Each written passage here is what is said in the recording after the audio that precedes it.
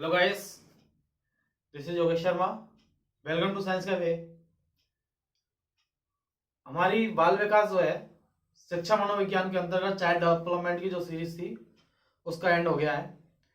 इससे related question quiz जो है कुछ दिन में निकलने वाले हैं।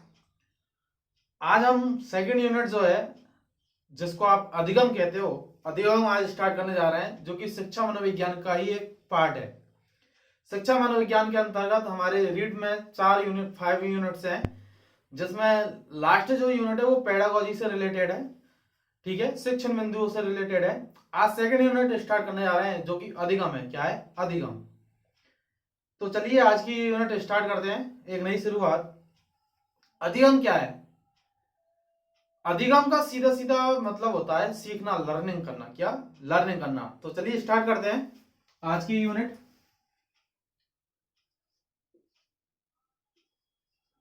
अधिगम। क्या? अधिगम। अधिगम जो है, इस अधिगम का मतलब है क्या? सीखना। क्या? सीखना, जिसको आप इंग्लिश में लर्निंग कहते हो। लर्निंग। लर्निंग कब होगी? तब कोई मोटिवेशन होगा। क्या? लर्निंग कब होती है? जब हमारा कोई मोटिव होता है, कोई उद्देश्य होता है, इंटेंशन होता है, कोई इरादा होता है, तो लर्निंग होती है। लर्निंग एक प्रकार से स्वाभाविक और अस्वाभाविक प्रोसेस है। क्या? स्वाभाविक अर्थात नेचुरल, अपने आप होती है। लर्निंग, सीखना अपने आप होता है। एक बच्चा है, उस बच्चे ने आग में हाथ डाला तो बच्चा ये सीख लेता है कि आग में हाथ डालने से जल जाते हैं। उसको बताना नहीं पड़ता है, उसको पूरा समझाना नहीं पड़ता है कि आग में हाथ डालोगे तो जल जाओगे। यदि बच्चे ने आग में एक बार हाथ डाल के देख लिया तो उसने ये सीख लिया है कि आग में हाथ डालने से जल जाते हैं। सेकंड बार वो आग से डरेगा, अर्थात जैसे ही उसको आग दिखेगी वो बच्चा उस आग से दूर होने लग जाएगा।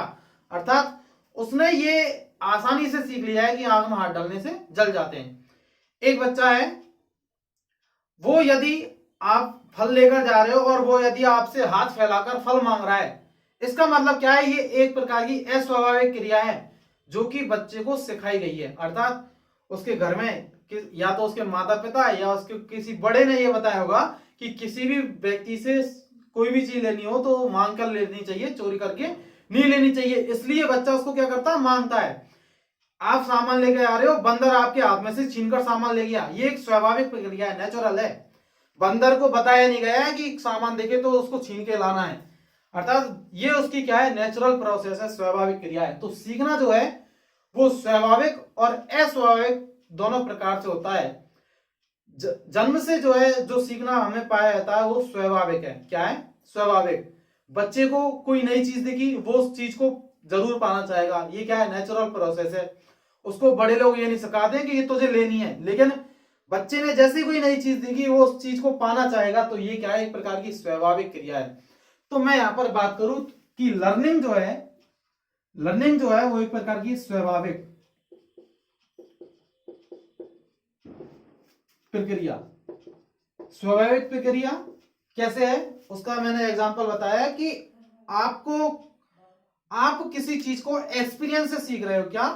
एक्सपीरियंस से सीख रहे हो। अर्थात एक्सपीरियंस कब होते हैं? जब एक्टिविटी होती है। अर्थात एक्टिविटी जैसी ही होगी, कोई क्रिया हम करेंगे तो उस क्रिया से संबंधित जो रिजल्ट होगा वो हमारे लिए क्या है? एक प्रकार से एक्सपीरियंस ही तो है। हमने कोई कार्य किया, उसमें हमें सकारात्मक कुछ मिला या नकारात्मक मिला, वो चीज हमारे लिए क्या है? एक्सपीरियंस है। तो व्यक्ति जो है अनुभवों और व्यवहार के कारण भी क्या होता है? सीखता है। इसके बारे में अलग अलग मनोवैज्ञानिकों ने अलग अलग मत दिए हैं, जिनके बारे में भी चर्चा करेंगे। तो यहां पर समझो कि लर्निंग जो है वो एक प्रकार की स्वाभाविक क्रिया भी है। कैसी है? स्वाभाविक क्रिया। क्योंकि कुछ चीजें जो है हम अपने वातावरण, कुछ चीजें हम अपने समाज से, और कुछ चीजें जो है हम क्रियाएं करके जो है अपने आप स्वतः ही सीख जाते हैं, जिनका हमें ज्ञान तक नहीं होता है। अर्थात एक बालक जो है उसको बड़ों का सम्मान करना सिखाया जाता है। ये एक प्रकार की अस्वाभाविक प्रक्रिया है। क्योंकि यहां पर ऐसा नहीं कि बच्चे को कोई बड़ा इंसान देखा और उसने उसका सम्मान किया। ये चीजें जो है उसके माता पिता या उसका समाज जो है वो उस बालक को बताता है। तो ये तो ही अस्वाभाविक क्रिया। लेकिन जब एक बच्चा जैसे ही उसको भूख लगती है तो वह चिल्लाने लगता है, ये एक प्रकार की क्या है? स्वाभाविक क्रिया, नेचुरल प्रोसेस है। भूख लगते टाइम उसको जो भी चीज दिखेगी वो मांगेगा नहीं, सीधा ही डायरेक्ट ले लेगा। ये क्या है, एक प्रकार की स्वाभाविक क्रिया है, नेचुरल प्रोसेस है। क्या है, तो लर्निंग को आप समझिए यहां पर कि सीखना जो है वो स्वाभाविक और अस्वाभाविक दोनों प्रकार से हो सकता है। लर्निंग जो है वो एक प्रकार से स्वाभाविक और अस्वाभाविक दोनों प्रकार से हो सकता है। बात आई समझ में। यदि कोई क्रिया नेचुरल हो रही है, अपने आप हो रही है, जिसमें आपको किसी ने सिखाया नहीं है, तो वो नेचुरल है, स्वाभाविक है। यदि आपको सिखाया जा रहा है फिर आप वो क्रिया कर रहे हो तो वो अस्वाभाविक है। बात आई समझ में। लर्निंग के बारे में अलग अलग मनोवैज्ञानिकों ने अलग अलग मत दिए हैं। क्या, अलग अलग मनोवैज्ञानिकों ने अलग अलग मत दिए हैं। उनकी कुछ डेफिनेशन के बारे में हम यहाँ पर डिस्कस करते हैं, क्योंकि ये जो डेफिनेशन जो है ये कई बार एग्जाम में पूछी जाती है। एक वैज्ञानिक मनोवैज्ञानिक हुए हैं गिलफर्ड। क्या, गिलफर्ड। गिलफर्ड जो है, इन्होंने कहा है व्यवहार में व्यवहार के कारण, क्या, व्यवहार के कारण आने वाला परिवर्तन, क्या, व्यवहार के कारण आने वाला परिवर्तन क्या है, अधिगम है। क्या, व्यवहार के कारण आने वाला जो परिवर्तन है वही क्या है, अधिगम है। ठीक है। जैसे कि आपका जो नेचर है वो अभी कुछ और है, लेकिन किसी दूसरी वस्तु के सामने आते ही आपका जो व्यवहार है वो अचानक क्या हो जाता है, चेंज हो जाता है। ठीक है। तो ये क्या था, व्यवहार के कारण परिवर्तन। किसने कहा है, गिलफर्ड ने। किसने कहा है, गिलफर्ड ने। स्किनर जो है, इन्होंने भी अधिगम के बारे में अपनी राय दी है और उन्होंने कहा है प्रशिक्षण, क्या, प्रशिक्षण और अनुभव, अर्थात ट्रेनिंग एंड एक्सपीरियंस, प्रशिक्षण और अनुभव के कारण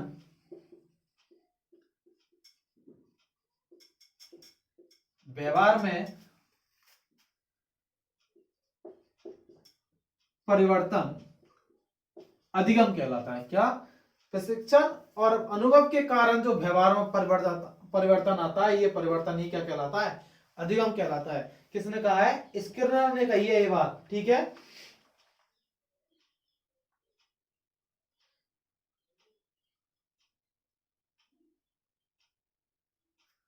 और क्रो एंड क्रो का एक है, उन्होंने कहा है, क्रो एंड क्रो ने क्या कहा है, सीखना अर्थात लर्निंग जो है आदतों, हैबिट्स, ज्ञान, नॉलेज और अभिवृत्तियों का, क्या, अभिवृत्ति, जिसको आप रेपिटेशन से कनेक्ट कर सकते हो, अभिवृत्तियों का अर्जन है। ये बात किसने कही है, क्रो एंड क्रो ने। तो ये कुछ इंपोर्टेंट परिभाषाएं हैं अधिगम के बारे में, जो कि अलग अलग मनोवैज्ञानिकों के द्वारा दी गई है। ये आपको याद रखनी है, क्योंकि कई बार क्वेश्चन जो है सीधा दे देता है कि प्रशिक्षण एवं अनुभव के कारण व्यवहार में आने वाला परिवर्तन, ये किस मनोवैज्ञानिक का कथन है अधिगम के बारे में, तो आपको याद रखना है स्किनर का। ठीक है। इनमें से कई बार जो है क्वेश्चन पूछे जाते हैं, इसलिए इंपॉर्टेंट है। आप चाहो तो स्क्रीनशॉट ले सकते हो इसका।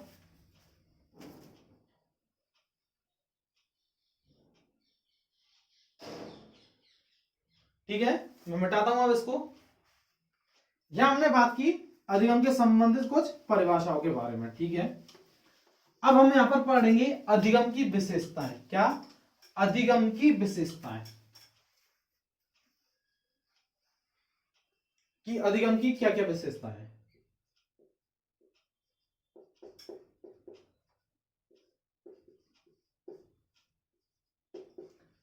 अधिगम की विशेषताएं, देखिए भाई,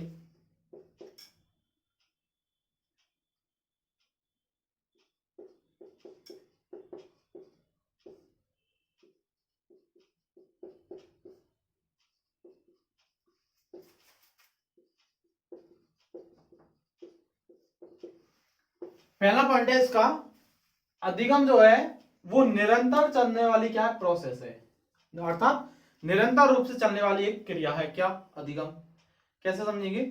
जब हम जन्म से ही, बर्थ से ही बालक जैसे ही इस वातावरण में आता है तो वातावरण के माध्यम से भी वो कुछ चीजों को क्या करता है, एब्जॉर्व करता है और उन चीजों को जो है वन बाय वन करके सीखता जाता है।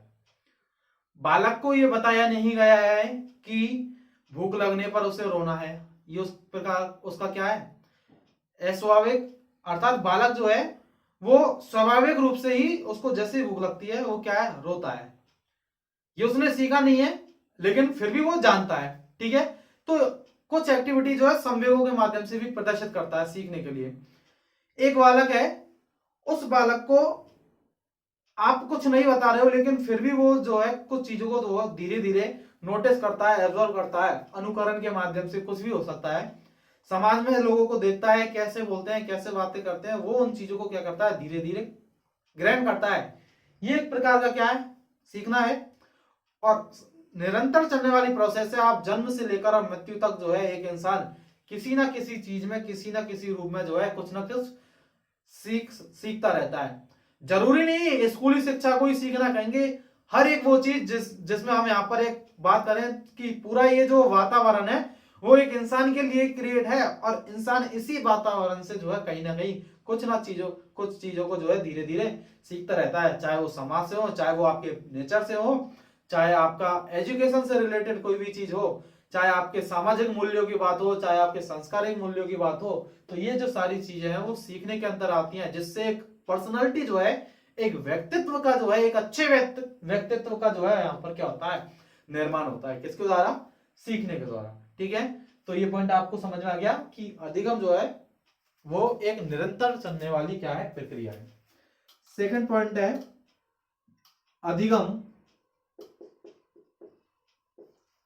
सार्वभौमिक है। क्या है? सार्वभौमिक। अधिगम क्या है? सार्वभौमिक है। इसका मतलब क्या है, अधिगम जो है, लर्निंग जो है वो यूनिवर्सल है। क्या है? यूनिवर्सल है। ऐसा ही नहीं कि मनुष्य सीखता है, जानवर, जीव जंतु और पशु पक्षी भी जो है वो लर्निंग करते हैं, अधिगम करते हैं, सीखते हैं। ठीक है, तो इसलिए कहते हैं कि अधिगम जो है वो यूनिवर्सल है, सार्वभौमिक है। ठीक है, तीसरे पॉइंट की मैं यदि बात करूं अधिगम के बारे में, तो सीखना जो है वो उद्देश्यपूर्ण होता है। कैसा होता है? अधिगम जो है, अधिगम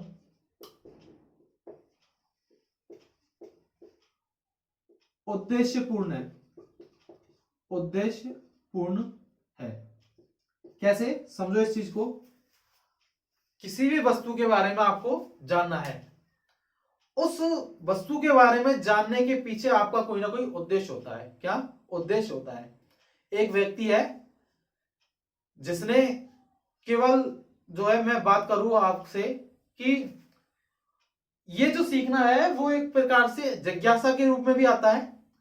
एक व्यक्ति है, वो उसकी ग्रेजुएशन हो गई, उसको अब कोई स्किल सीखनी है। क्या स्किल सीखनी है? अर्थात कोई कौशल ऐसा सीखना है जिससे कि उसको रोजगार मिले। ठीक है, तो स्किल जब सीखी जा रही है तो उस स्किल के सीखने के पीछे उसका उद्देश्य है कि हो सकता है कि उस स्किल से जो है उसको कहीं ना कहीं रोजगार मिल जाए।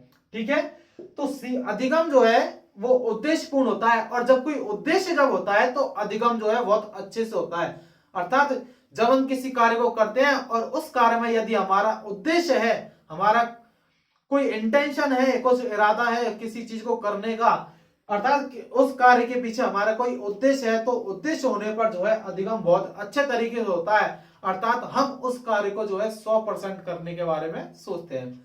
अर्थात इस प्रक्रिया में जो है, उद्देश्यपूर्ण प्रक्रिया में जो अधिगम होगा वो अधिगम कैसा होगा, बिल्कुल सकारात्मक होगा। और ये जो अधिगम होगा वो बहुत तीव्र गति से होगा। अर्थात इसमें व्यक्ति जो है पूर्ण रूप से, पूर्ण मानसिक रूप से जो है उसको सीखने का क्या करता है, प्रयास करता है। इसलिए अधिगम क्या होता है, उद्देश्यपूर्ण भी होता है। यदि किसी कार्य को करने का उद्देश्य नहीं होगा तो अधिगम भी नहीं होगा। अर्थात आप किसी चीज को नहीं करना चाह रहे हो, आपका उसके प्रति कोई मोटिव नहीं है, कोई उद्देश्य नहीं है आपका, तो वो चीज जो है अपने आप ही स्वतः ही नहीं होगी और ना ही उसके प्रति आपको उस कार्य को करने का मन भी नहीं करेगा। बात आई समझ में। अगले पॉइंट की मैं यहां पर बात करूं अधिगम के बारे में। अगला पॉइंट जो है अधिगम सीखना जो है वो अनुकूलन है। क्या है? अनुकूलन, जिसको आप एडेप्टेशन कह सकते हो। अनुकूलन अर्थात यदि हम बात करें कि यदि हम अनुकूल है किसी कार्य को करने के लिए तो सीखना होगा। हो सकता है कि एडजस्टमेंट यदि नहीं होता है, समायोजन नहीं होता है, ये दोनों ही चीजें एडेप्टेशन और एडजस्टमेंट जो है कहीं ना कहीं कनेक्ट होती है आपस में। यदि एडेप्टेशन है, अनुकूलन है, समायोजन की स्थिति में, एडजस्टमेंट की स्थिति में जो है सीखना नहीं होगा। यदि समायोजन नहीं है तो समय असमायोजन यदि है तो वहां पर जो है सीखना क्या होगा? बहुत ज्यादा होगा, है ना। कुछ भी असंतुलन यदि देखा जाता है, अनबैलेंस यदि देखा जाता है तो वो सीखने को क्या करता है? प्रेरित करता है। अर्थात जैसे ही अनुकूलतम हो, जैसे कि यदि हमारा जो एटमॉस्फेयर है, हमारा जो वातावरण है, यदि वो हमारे प्रति अनुकूल है, अर्थात हमारे आसपास का जो वातावरण है वो इस प्रकार का है कि वहां पर जो है शिक्षा को बहुत ज्यादा इंपॉर्टेंस दी जाती है, तो स्वतः ही होगा कि उस क्षेत्र में रहने वाले जो बच्चे हैं वो स्वतः ही अपने आप क्या करेंगे? पढ़ पाएंगे। तो इस प्रकार का जो अधिगम है वो क्या है? अनुकूलतम होता है। अर्थात अधिगम जो है वो अनुकूलन है एक प्रकार से। अनुकूलन यदि सही है तो सीखना भी क्या होगा? स्वाभाविक रूप से होगा। ठीक है। अगला जो पॉइंट है अधिगम के बारे में ही कि अधिगम जो है वो सक्रिय है। क्या है? सीखना, सीखना क्या है? सक्रिय है, एक्टिवनेस जिसको हम कहेंगे। सीखना जो है, लर्निंग जो है वो आप के लिए तभी होगी, आप तभी किसी चीज को लर्न कर पाओगे, अच्छे से सीख पाओगे जब आप खुद एक्टिव हो। क्या एक्टिवनेस का मतलब यहां पर फिजिकल एक्टिवनेस से है, मेंटल मेंटल जो है मेंटल एक्टिव है, हम मानसिक रूप से यदि क्रियाशील है तो भी सीखना क्या होगा? बहुत तीव्र गति से होगा। अर्थात जब हम एक्टिव होते हैं तब ही लर्निंग होती है। यदि हम एक्टिव नहीं है किसी कार्य को करने के प्रति तो वो जो वहां पर जो लर्निंग है वो नहीं हो सकती। अर्थात सीखने के लिए आपको किसी कार्य को करने के लिए वहां पर एक्टिव रहना जो है बहुत ज्यादा इंपॉर्टेंट होता है। तो सीखना जो है वो एक सक्रिय है, अर्थात एक्टिव रहकर ही कोई इंसान जो है सीख सकता है। बात आ रही है ना समझ में? एक एक पॉइंट के बारे में हम यहाँ पर डिटेल में बात कर रहे हैं।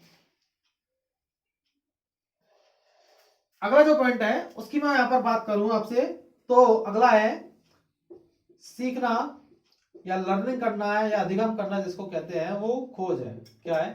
खोज, इन्वेंशन जिसको हम कहते हैं। आप किसी भी कार्य को कर रहे हैं और उस कार्य को करते करते आप कोई नई चीज जो है उस नई चीज की डिस्कवरी कर रहे हैं, आप उसकी खोज कर रहे हैं, तो वो खोज ही क्या होती है? सीखना होती है। और ये जो खोज है आपकी, ये जो डिस्कवरी है वो स्टेबल होती है, स्थायी होती है। अर्थात आप इसको जीवन भर क्या करते हो? याद करते हो। जितने भी साइंटिस्ट हैं वो लर्निंग करते करते, सीखते सीखते ही क्या कर देते हैं? डिस्कवरी कर देते हैं, खोज करते हैं। और वो उनका क्या है? खुद का एक एक्सपीरियंस है। अर्थात सीखना एक प्रकार की क्या है? खोज है। और ये तभी होती है जब कब एक्टिवनेस होती है। क्या होती है? एक्टिवनेस होती है, जिसमें जिज्ञासा जो है, जिज्ञासा मतलब जानने की इच्छा, किसी सब्जेक्ट के प्रति या किसी ऑब्जेक्ट के प्रति जो है आपकी जानने की इच्छा कहीं ना कहीं आपको डिस्कवरी की ओर ले जाती है। और ये जो डिस्कवरी है वो कैसी होती है? स्टेबल होती है। अर्थात आप इस चीज को जो है जिंदगी भर आप जब तक जियोगे तब तक आप अपनी डिस्कवरी को जो है कभी भूल नहीं सकते। ठीक है। तो सीखना क्या है? एक प्रकार की खोज भी है, इन्वेंशन जिसको आप कहते हो, डिस्कवरी जिसको आप कहते हो। ठीक है। बात आ रही है ना समझ में?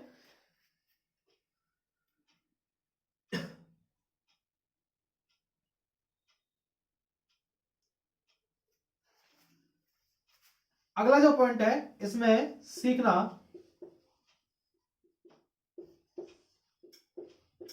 वातावरण की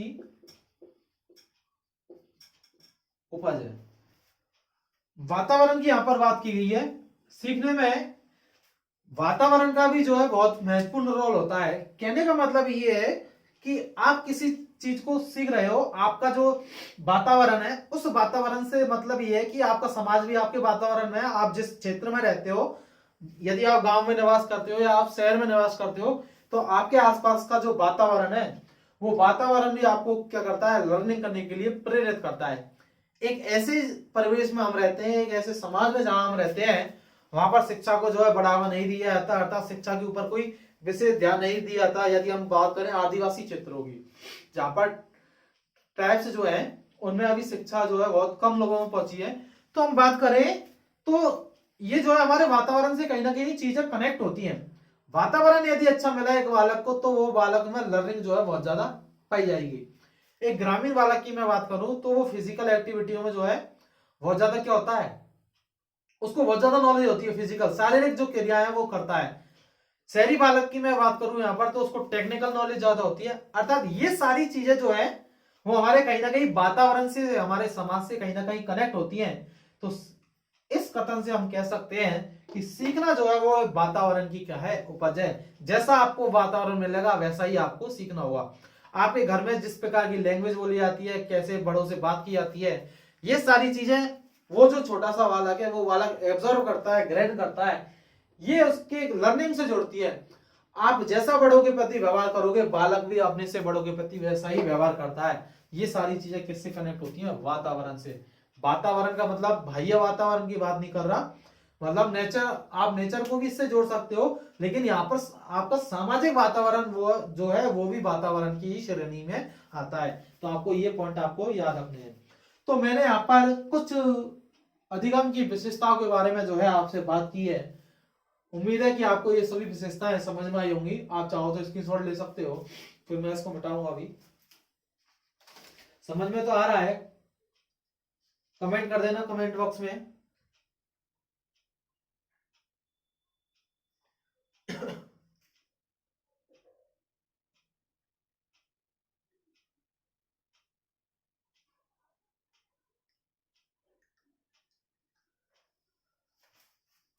चलिए मिटाता हूं मैं इसको।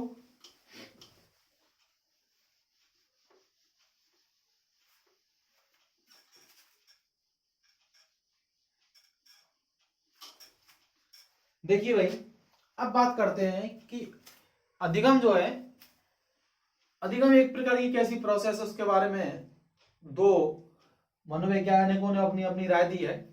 इन्होंने कहा है कि एडम्स जो है, कौन से एडम्स, एडम्स ने यह कहा है कि अधिगम जो है, अधिगम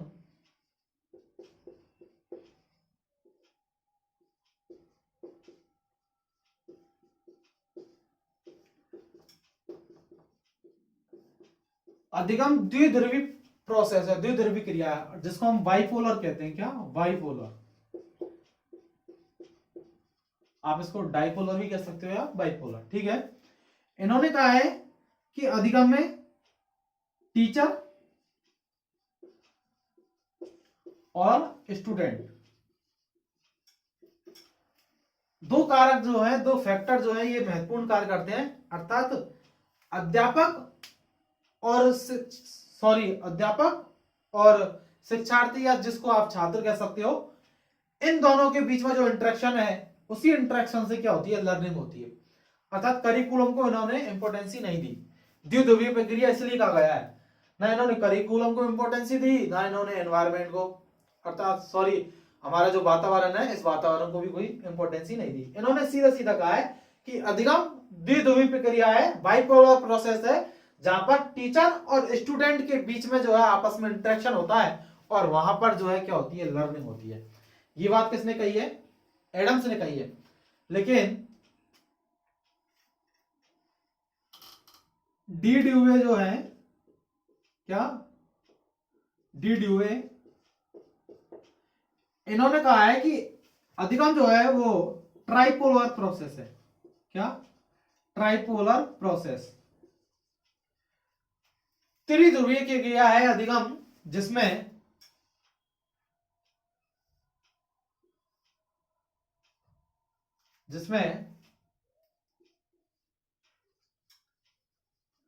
टीचर, स्टूडेंट और ये जो है वो हमारा क्या है, करिकुलम। इस करिकुलम के स्थान पर आप यहां पर रख सकते हो वातावरण को भी, वातावरण। ठीक है, बात आ रही समझ में?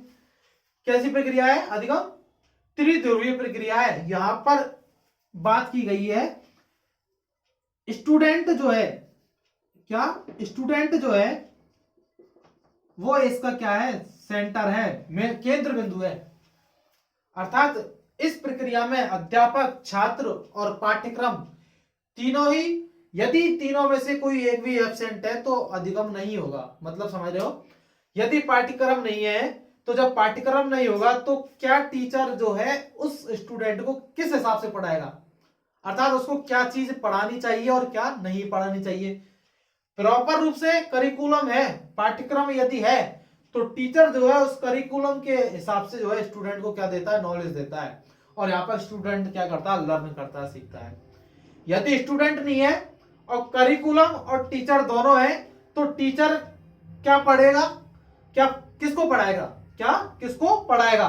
तो अर्थात इन तीनों फैक्टर्स में से, इन तीनों कारकों में से यदि एक भी कारक यदि एब्सेंट है तो लर्निंग की जो प्रोसेस है वो नहीं होगी। तो यहाँ पर एडम्स ने कहा है कि लर्निंग जो है, अधिगम जो है वो बाइपोलर प्रोसेस है, और डी ड्यूवे ने कहा है कि लर्निंग जो है वो ट्राइपोलर प्रोसेस है। और यहाँ पर छात्र जो है उस विद्यार्थी को जो है सेंटर माना गया है, केंद्र बिंदु माना गया है। अर्थात करिकुलम जो है, पाठ्यक्रम जो है वो छात्र के हिसाब से, छात्र के एज के हिसाब से जो है हमारा जो पाठ्यक्रम है वो निर्धारित होता है। अलग अलग क्लासेज में जो है आप करिकुलम को देखते हो कि हर क्लास का जो करिकुलम है, पाठ्यक्रम जो है वो छात्रों को देखकर जो है निर्धारित किया जाता है कि छात्र जो है इस एज तक, इस एज ग्रुप तक कितना बालक जो है वो किस चीज को समझ सकता है, उसी हिसाब से करिकुलम निर्धारित किया जाता है। तो यहाँ पर मेन केंद्र बिंदु की आपसे बात की जाएगी ट्राइपोलर प्रोसेस में, तो विद्यार्थी केंद्र शिक्षा की यहाँ पर बात की गई है। अर्थात स्टूडेंट को केंद्र में रखा गया है। किस में रखा गया है? स्टूडेंट को केंद्र में। बात आई आपको समझ में? ये भी इंपॉर्टेंट है, कई बार पूछी जाती है, इसलिए आपको यहाँ पर इसको याद रखना है, लर्न करना है। ठीक है, बिठाता हूं फिर मैं इसको। ठीक है, बिठाऊं। देखिए अगली बात करते हैं हम यहाँ पर। समझ में आ रहा है ना भाई? समझ में आ रहा हो तो चैनल को जरूर सब्सक्राइब करें, बेल आइकन को प्रेस करें, अपने दोस्तों को शेयर भी करते जाएं साथ ही साथ में, जिससे कि हमें भी मोटिवेशन मिलता रहे। अब देखो भाई कि लर्निंग जो है, अधिगम जो है, सीखना जो है होता है नेचुरल रूप से होता है, स्वाभाविक और अस्वाभाविक। मैं यहां पर आपसे बात करना चाहूंगा एजुकेशन के प्रकार के बारे में। इसके बारे में, एजुकेशन के प्रकार के बारे में, types of education, types of education. पहली बात करूंगा मैं इनफॉर्मल एजुकेशन, सेकंड में बात करूंगा फॉर्मल एजुकेशन, फॉर्मल एजुकेशन, और थर्ड में यहां पर बात करना चाहूंगा आपसे इनफॉर्मल, फॉर्मल और अनफॉर्मल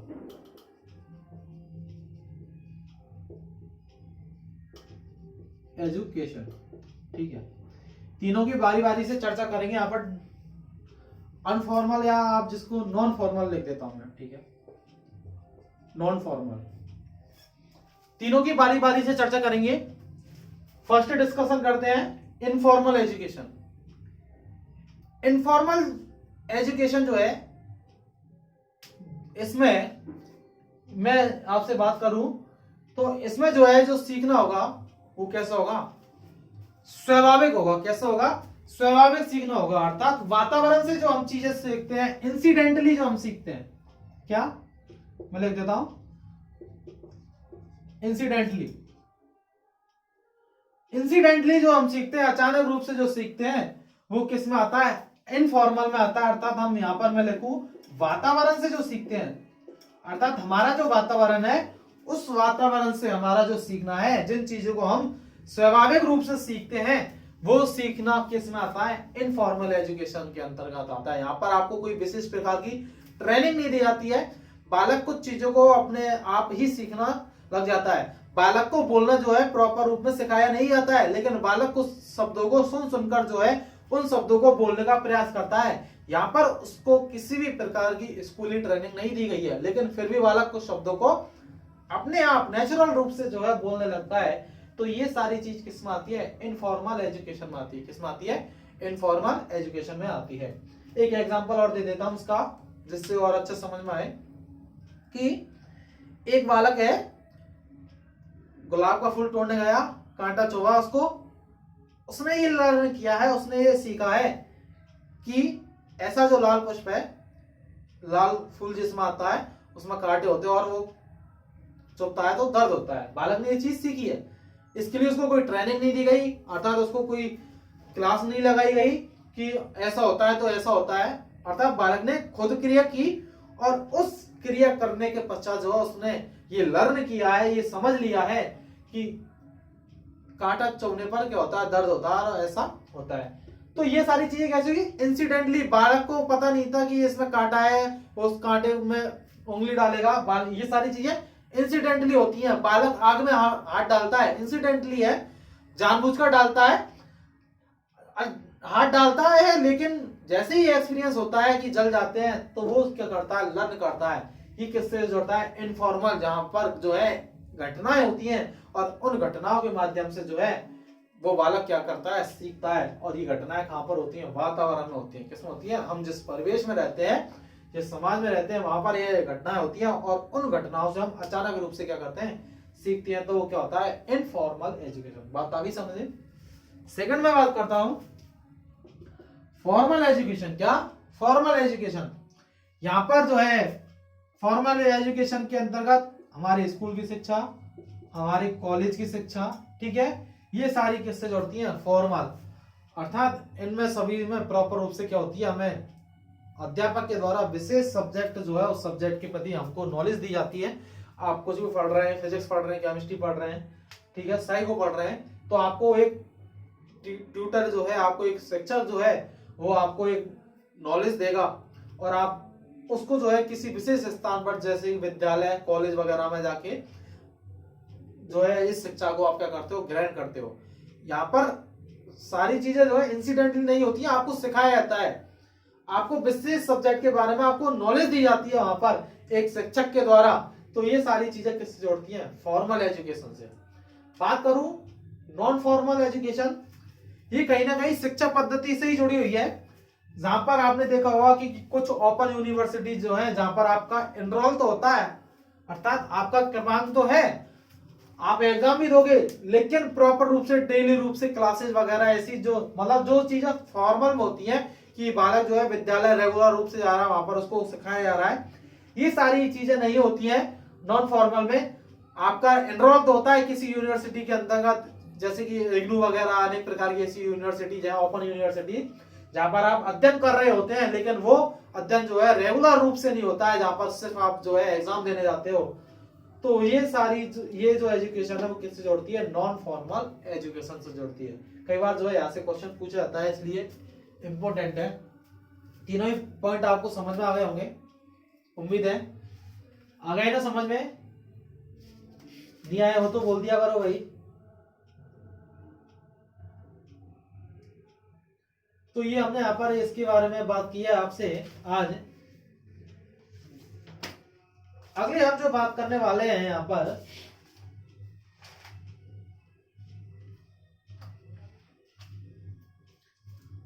अधिगम जो है, अधिगम नेचुरल प्रोसेस है। कैसी प्रोसेस है? नेचुरल।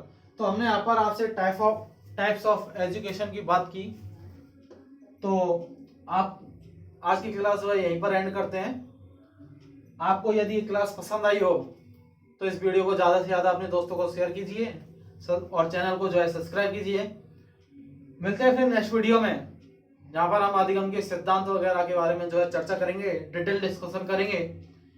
तो प्लीज चैनल को शेयर करें, सब्सक्राइब करें